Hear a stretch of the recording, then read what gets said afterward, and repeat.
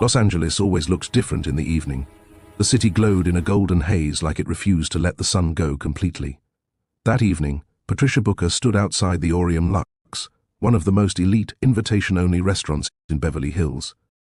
Everything about this restaurant screamed exclusivity: golden steel entry panels, marble steps, private valets in tailored black suits, and a silent glass door that only opened after the security camera confirmed identity. Patricia wasn't just any elderly woman.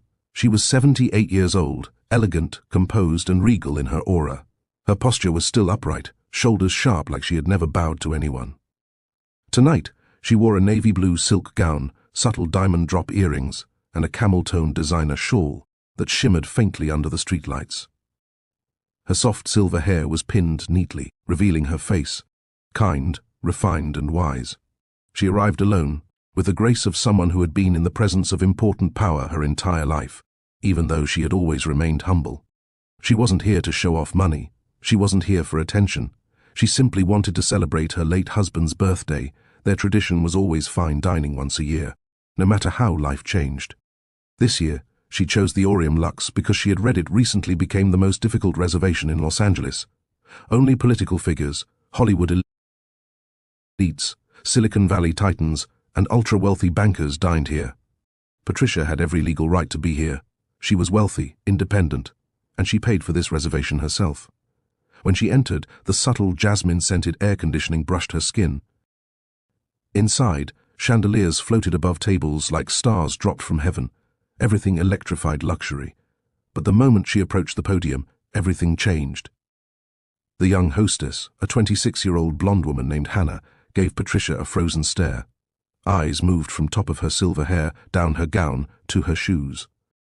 A judgmental smirk formed. "Ma'am, this restaurant is for members only." She spoke with a tone that sliced. Patricia smiled gently. "I have a reservation." "Under Booker." Hannah didn't even check the system. She simply gave a scoff-like laugh and leaned forward slightly as if explaining to a child. "This is not the type of place you can just walk into, ma'am. I think you should try a more casual restaurant down the street." Another server stepped in, tall tattooed man named Derek. He folded his arms slowly like this was some routine amusement. "This place costs $3,000 per seat. We don't do senior discount nights." A couple sitting nearby at the bar turned their necks, watching Patricia with amusement. Patricia lifted her chin, still calm, still polite.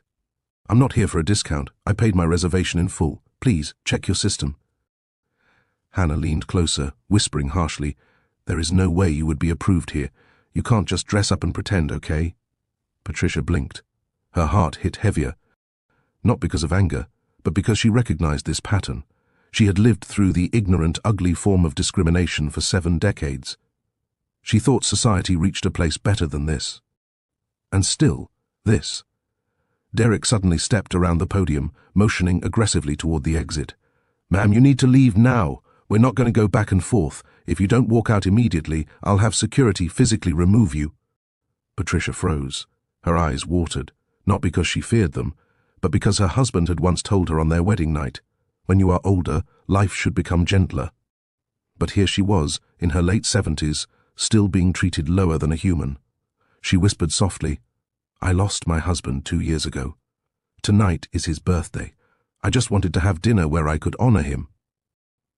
Hannah rolled her eyes. "That's not our problem." Derek waved security. 2 security guards approached, and each grabbed one of Patricia's arms. Patricia gasped softly, not because they hurt her physically, but because they destroyed her dignity. They escorted her outside and pushed the heavy door behind her. The door slammed. The restaurant lights remained warm behind the glass, while her world suddenly felt colder than the evening wind. Standing on the sidewalk again, alone, Patricia's eyes trembled. She didn't scream. She didn't curse. She simply swallowed her pain like she always had. She was raised to handle everything quietly. She reached for her phone. Her hands shook slightly. She hesitated. Her son always told her, "Mom, tell me immediately if anyone mistreats you. I handle powerful people every single day. I don't care who they are." But she didn't want to disturb him. He's the district attorney of Los Angeles. He handles murder trials, corruption cases, billion-dollar crimes. She didn't want to call him over humiliation. But tonight, something felt different. She couldn't swallow this one. Her voice cracked as she dialed. "Marcus, I'm sorry to disturb you, but They threw me out. They wouldn't even check my reservation. There was silence on the other end. Then his voice shifted, cold, controlled, lethal. They put their hands on you, Patricia whispered. Yes. Marcus exhaled slowly, anger simmering beneath every syllable. Mom, I will handle this.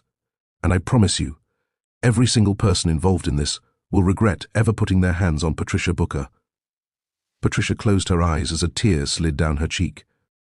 Tomorrow, Los Angeles would witness something no one at Aureum Lux was ready for. Marcus Booker didn't sleep that night. He was known throughout Los Angeles as the youngest district attorney in state history. Brilliant, strategic, calm under pressure, feared by every corrupt official and powerful lobbyist. But no courtroom cross-examination, no political battle, ever hit him the way hearing pain in his mother's voice did. This wasn't just any elder victim. This was Patricia Booker, the woman who worked 3 jobs raising him while his father built a small law practice. The woman who taught him dignity, patience, and grace when the world was cruel. The woman who never asked for anything from anyone and still lived with so much class. And tonight, she was humiliated, not because she lacked money, not because she did anything wrong, but because they judged her value based on their perception. Marcus stood in his home office, staring out his penthouse window overlooking downtown LA. The city looked alive, glowing with energy, cars weaving through sunset, lights reflecting off the glass towers, but all Marcus saw was red. He replayed her words in his head again and again. They put their hands on me. That was the moment something broke inside him. He pulled out his laptop and logged into his case vault. He opened a blank file titled Aureum Lux, Civil Rights, Criminal Misconduct Investigation.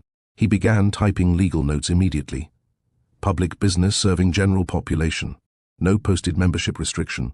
Legally recognized they denied service based on profiling physical contact on a senior citizen civil rights violation, elder abuse assault, false refusal of service fraudulent discrimination potential corruption pattern. Marcus closed the laptop slowly. Tomorrow wasn't going to be a lawsuit. Tomorrow was going to be a full legal execution. The next morning, Beverly Hills.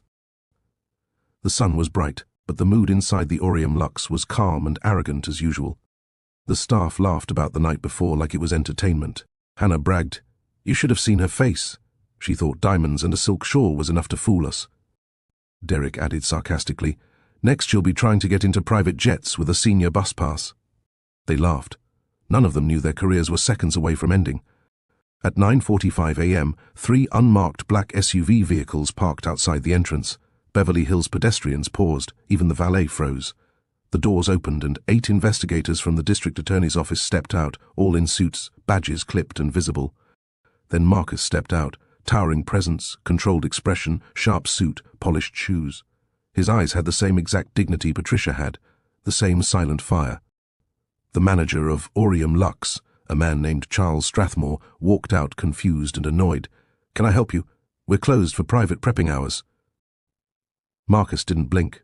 "You can. Effective immediately, this restaurant is under formal investigation." Charles scoffed. "Investigation? For what?" Marcus handed him a stack of subpoenas and state orders. "For discrimination, elder abuse, physical misconduct, and civil rights violations committed against my mother last night." There was dead silence. The employees' faces crushed instantly, especially Hannah and Derek. Their arrogance evaporated like smoke in sunlight. Hannah stammered, Your mother? That old woman? That was your mother?" Marcus took one step closer. His voice lethal, quiet, powerful like a judge pronouncing execution. "That woman you humiliated, the woman you touched, is Patricia Booker, and she is the most important person in my life. You have no idea the magnitude of what you did." Charles tried to maintain composure. "Sir, this is a misunderstanding," Marcus interrupted. "No, this is a consequence." He turned toward his investigators. "Shut it down." Instantly, every investigator moved. They ordered the full staff to step away from all operational areas. Phones were seized for evidence. Internal cameras pulled. Reservation systems frozen. Every waiter, hostess, bartender, sous chef lined up along the bar wall, feeling their world collapse. The restaurant's doors were locked from inside. A few high-money members arrived early and stood outside confused as police tape went up. Marcus walked slowly across the room and stood directly in front of Hannah and Derek. "You saw an elderly black woman in expensive clothing, And you still assumed she didn't belong. That was your choice. That was your bias. And this, he gestured around at the shutdown, is my choice. Derek swallowed. Are we going to jail? Marcus didn't answer immediately. He leaned forward, measured, controlled. You will answer every question. You will sign every statement. And before the end of today, this restaurant will no longer function. Every single person responsible will lose their job. No exceptions. Hannah began to cry. Derek's legs almost buckled. Marcus stood taller. And after we finish, his voice deepened. I'm pressing charges. Personally, the room felt like it lost oxygen. The Aureum Lux, once the untouchable palace of the rich, was now paralyzed under the wrath of one powerful sun. And by tonight, everyone would know exactly why. This wasn't just about punishment. This was about dignity. Justice wasn't coming tomorrow. Justice was already here. By noon, the shutdown of the Aureum Lux had become the loudest conversation in Los Angeles. News helicopters hovered above Beverly Hills like metal vultures. Every major media station, Fox 11, KTLA, ABC 7, CBS LA, broke into live coverage. Influencers on TikTok and Instagram started posting elite restaurant raided by DA clips within minutes. Beverly Hills gossip networks worked faster than any press agency. Everyone was trying to understand how a restaurant this exclusive was suddenly taped, sealed and surrounded by law enforcement under direct authority from the district attorney himself. Inside the restaurant, stress had evolved into a silent panic. Every staff member was separated into questioning rooms created within the private dining suites. The DA investigators treated this like a major crime scene because, to Marcus, this was criminal.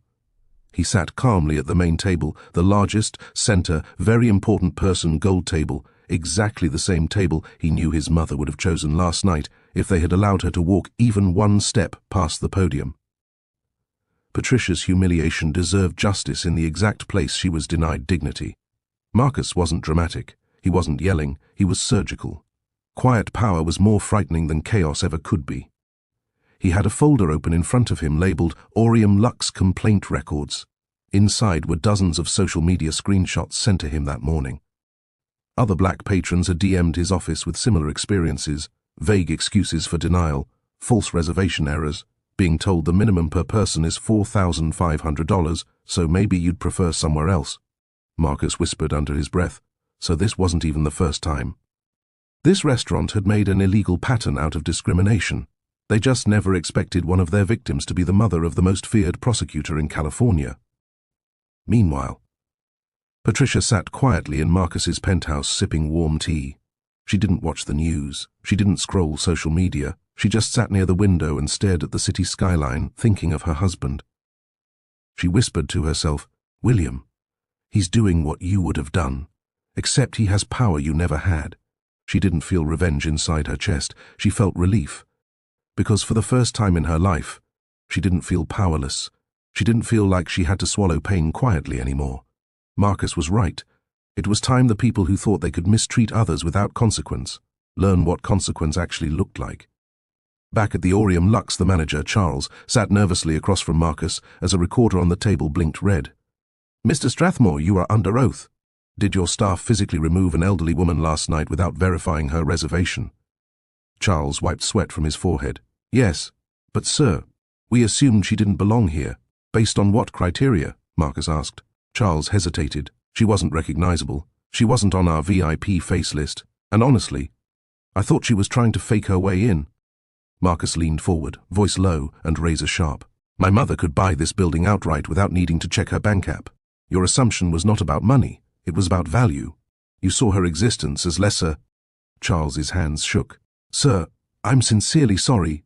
Marcus cut him off instantly. Apology won't reverse what you did. Apology won't reverse 78 years of surviving ignorance. Marcus signaled to an investigator. Remove him. Senior charges recommended. Charles was escorted out in silence. Next, Derek was brought in. He couldn't even look Marcus in the eyes. I didn't know she was your mother, Derek muttered. Marcus stared straight into him. Even if she was not my mother, she is someone's mother, someone's grandmother, someone's family. Her value doesn't come from whose mother she is. Her value comes from her humanity. You don't get to decide who deserves respect. Derek broke down completely. Then Hannah entered. Her makeup smudged, eyes swollen from crying. She knew her career was finished before she even sat down. I regret it, she whispered. Marcus shook his head slowly. You regret getting caught, not what you did. Hannah closed her eyes because she knew he was right. And then IT went even bigger. One DA investigator walked to Marcus with a tablet. Sir, every major outlet wants your statement. They are requesting a press briefing outside within the hour. Marcus stood. The staff watched him with the fear of final judgment. He made one announcement, calm, controlled, devastating. Before sunset today, every single person employed here will be legally terminated. This restaurant will cease operations. Permanently. Gasps echoed like shattered glass. And tomorrow, he continued, I will be filing civil and criminal charges, not just against the Aureum Lux, but against the entire corporate ownership group responsible for creating this toxic culture. This wasn't just about them anymore. This was about every person who had ever been denied a seat at a table, simply because someone thought they didn't belong there. Marcus stepped toward the front doors. The press outside saw him. Cameras lined like soldiers, microphones extended like spears, helicopters circled overhead. Marcus Booker pushed the doors open, and the city held its breath. LA had never seen justice come this fast before. Chapter 4 would decide if it ended with punishment or with transformation.